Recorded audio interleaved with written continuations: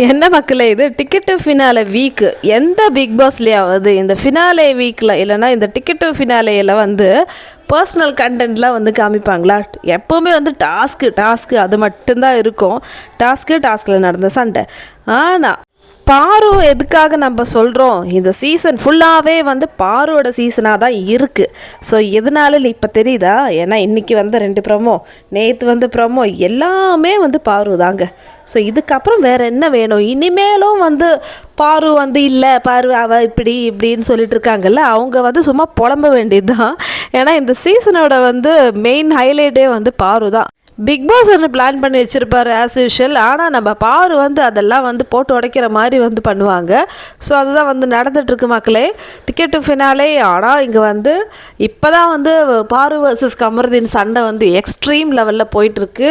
நிறைய பேரோட ஸ்ட்ராட்டஜி வெளியே வருது. எல்லாரோட ஃபேஸும் வந்து இவங்கள டிபெண்ட் பண்ணி தான் இருக்குங்க. இந்த என்டையர் பிக் பாஸ் வீடே வந்து பாரு கமருதீன். அதில் 99% கான்ட்ரிபியூஷன் வந்து பாரு. சரி, பாரு வந்து அரோராவோட கேம் பற்றி சொல்கிறாங்க. இவ வந்து ரொம்ப ஸ்வீட்டாக வந்து எல்லார்கிட்டையும் போய் பேசுகிறா. ஆனால் இவளுக்குள்ள ஒரு கன்னிங் லேடி இருக்குது, அவள் வந்து சும்மா நடிக்கிறான்னு சொல்லிட்டு எப்படிங்க? ஏன்னா ஆடியன்ஸோட மைண்டை வந்து எப்படி கேட்ச் பண்ணுறாங்க பாருங்களேன்.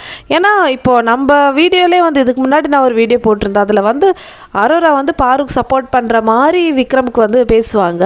ஸோ அதில் வந்து நிறைய பேர் வந்து அரோரா வந்து செம்ம ஆக்டிங், அவள் ஓட்டுக்காக வந்து சும்மா பாரு மேலே ஏதோ ஒரு கன்சர்ன் இருக்கிற மாதிரி நடிக்கிற அந்த மாதிரிலாம் கரெக்டுங்க. ஏன்னா நீங்கள் சொன்னது தான் கரெக்டு. ஸோ அது வந்து பாரு சரியாக புரிஞ்சுக்கிட்டாங்க பாருங்கள். இப்போ வந்து சாந்திரா கிட்ட சொல்லிட்டு இருக்கிறது அதுதான்.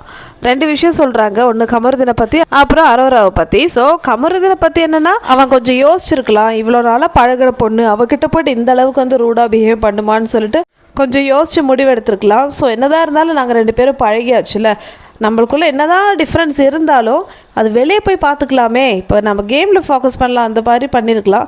அதை விட்டுட்டு என்னை பர்சனலாக வந்து தாக்குறதும், ரொம்ப இமோஷ்னலாக நான் உடஞ்சி போகிற மாதிரி வந்து அவன் ஒரு விஷயங்கள் பண்ணுறதும், இதெல்லாம் வந்து ஓவராக இருக்குதுன்னு சொல்லிட்டு கமருதனை பற்றி சொல்லிட்டு இருக்காங்க. அதே மாதிரி தான் வந்து அரோரோட கேம் பிளே.